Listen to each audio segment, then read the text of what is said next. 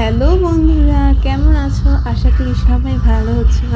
সবাইকে জানাই শুভ মহাসপ্তমীর শুভেচ্ছা। এই হচ্ছে আমার সপ্তমী পূজার লুক। তোমরা জানিও কমেন্টস করে আমার লুকটা কেমন হয়েছে। আমি এখন চলে যাচ্ছি অঞ্জলি নেওয়ার জন্য মন্দিরে চলে এলাম। অঞ্জলি নিব এখন। এই হচ্ছে আমাদের মন্দিরের প্রতিমা। তারপর কয়েকটা ছবি তুলে নিলাম।